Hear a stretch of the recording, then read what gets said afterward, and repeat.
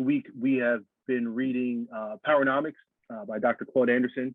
It's an insightful book written with the idea of empowerment and also direction. Oftentimes we read a lot of books or literature that talk about the problem, but what's unique about this book is that there is a roadmap and perspective and insight to plans to empower our people. I want to recognize it's Black History Month. Black history is American history, and so we celebrate that every day.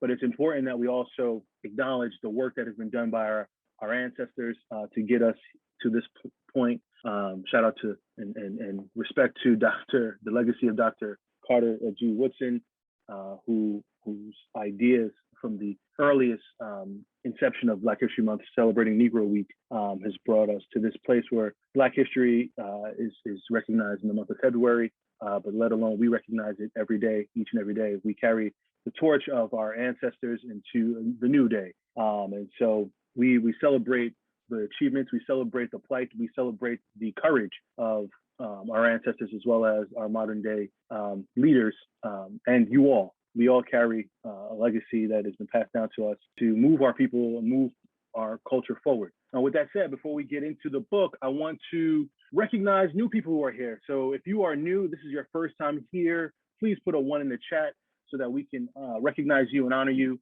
This is even if it's your second time here, we want to just take an opportunity just to recognize the fact that you are here. Welcome.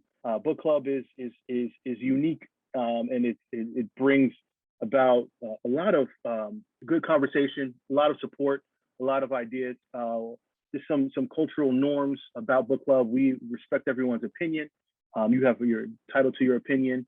We support and encourage and empower people to express themselves, but also do it respectfully. And so we don't play with people playing themselves by putting people down. We build each other up because each one of us adds value. Each one of us adds insight to the collective. And so welcome to you. You are amongst a group of people who are growing, not only in financial literacy, but also cultural competence and literacy.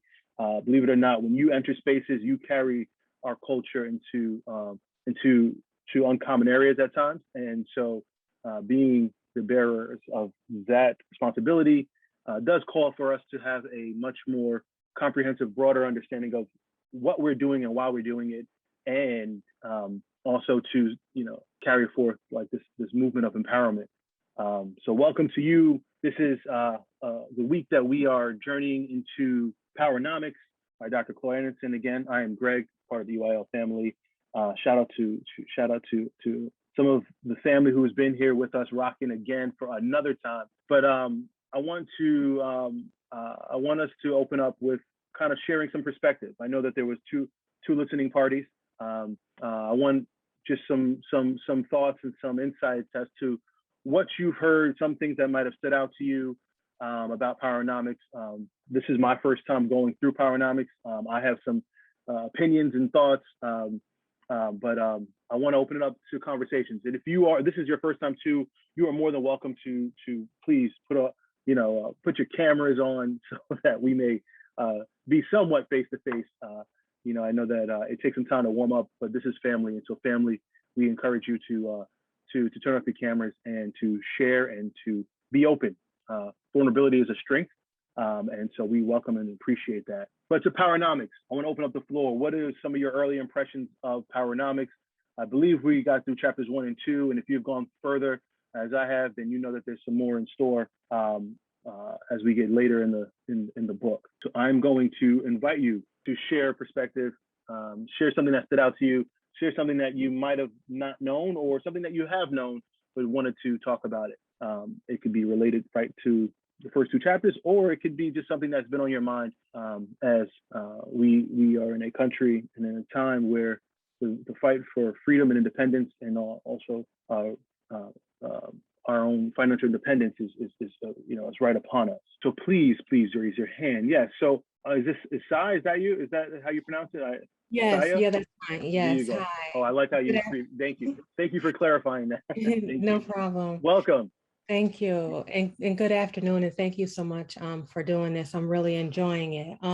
This book has been on my list for a while. So I'm glad that it's one of our books because it moved it up to the beginning. And it's Mhm. packed with gems from like the intro. Like I took notes during the intro. And Mm. I like that this book has solutions because I'm so tired of hearing and seeing all the problems. I think that we all know what the problems are.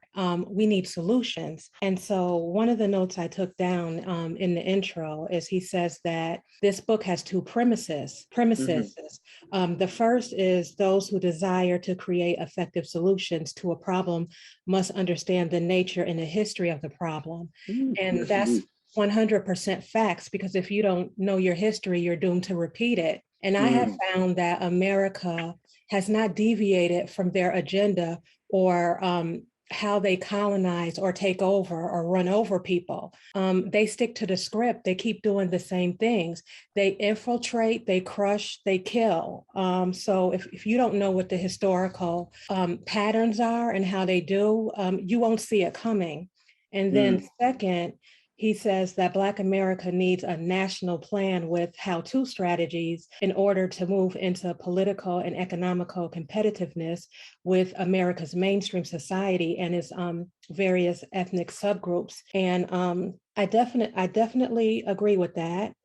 He also mentions that it's not in the best interest of others to help Blacks become more competitive. I agree Mm. with that. Just get out the way or stop blocking.